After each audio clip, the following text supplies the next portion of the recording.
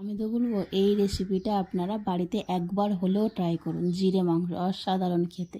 আপনারা পুরো ভিডিওটা দেখুন, খুবই সুন্দর একটা রেসিপি, আপনাদেরও ভালো লাগবে আর মুখের স্বাদটা একটু পাল্টাবে।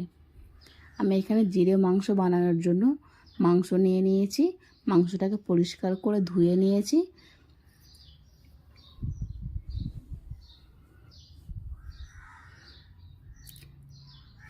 দুটো মিডিয়াম সাইজের পেঁয়াজ আমি কুচিয়ে নিয়েছি।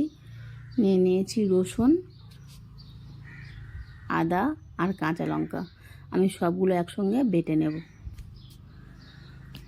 কড়া গরম হয়ে গেছে, কড়াইতে দিয়ে দেব সাদা তেল আর দিয়ে দেব 1 টেবিল চামচের মতো ঘি। আপনারা এই রান্নাটা পুরোটাই ঘি দিয়েও করতে পারেন। ঘিটাও গলে গেছে। এবারে দিয়ে দেব পেঁয়াজ কোচানো। পেঁয়াজ কোচানোটা দিয়ে আমি একটু বাদামি করে ভেজে নেব।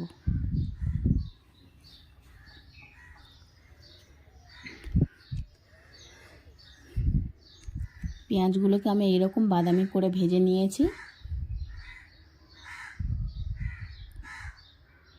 দিয়ে দেব কুচিয়ে রাখা মাংস, কেটে রাখা মাংসটা।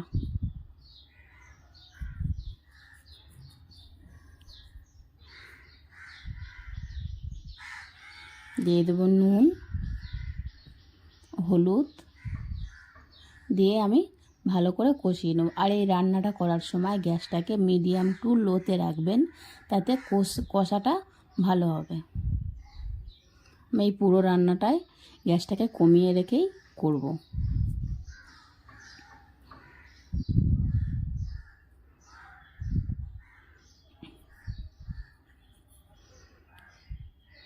এটাকে আমি একটু ঢাকা চাপা দিয়ে কষিয়ে নেব। এবারে আমি দিয়ে দেবো আদা, রসুন, কাঁচা লঙ্কা বেটে রেখেছিলাম মশলাটা, দিয়ে আবারও ভালো করে কষে নেব। এই মাংসটা আমি পুরোপুরি 5 থেকে 6 মিনিটের মতো কষিয়ে নেব।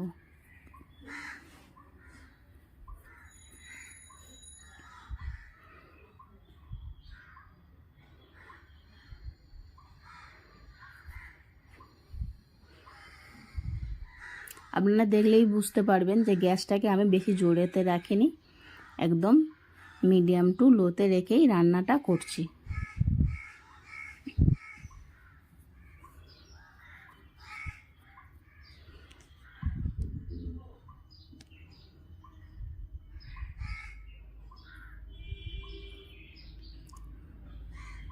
সুন্দর একটা রেসিপি, আশা করছি আপনাদের ভালো লাগবে। ভালো লাগলে চ্যানেলটিকে প্লিজ সাবস্ক্রাইব করে নিন। আর আমার চ্যানেলে রান্নার নতুন নতুন ভিডিও পেতে পাশে থাকা বেল আইকনটি অন করে নিন। লাইক করুন, কমেন্টে জানান কেমন হলো আর শেয়ার করুন। আমি দিয়ে দেবো জিরে গুঁড়ো, গোলমরিচের গুঁড়ো। আপনারা চাইলে জিরে আর গোটা গোলমরিচ আর গোটা জিরেটা দুটো একসাথে শিলে বেটে নিতে পারেন, বা আমার মতো এরকম গুঁড়ো ইউজ করতে পারেন। দিয়ে আবারও ভালো করে কষিয়ে নেব।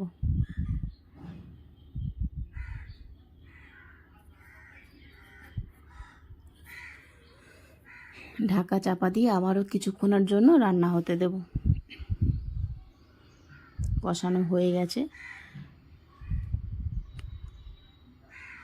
দেখুন ঝোলটাও একটু গা মাখা মাখা হয়ে গেছে।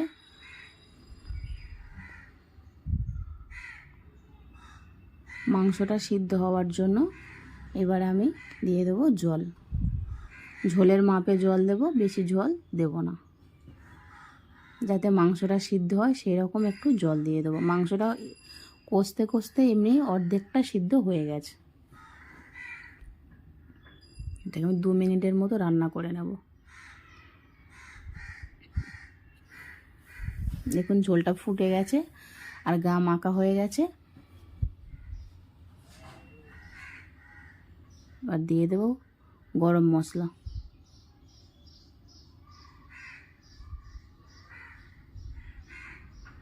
দিয়ে আমি নামিয়ে নেব। সুন্দর একটা রেসিপি, আপনারা বাড়িতে ট্রাই করুন।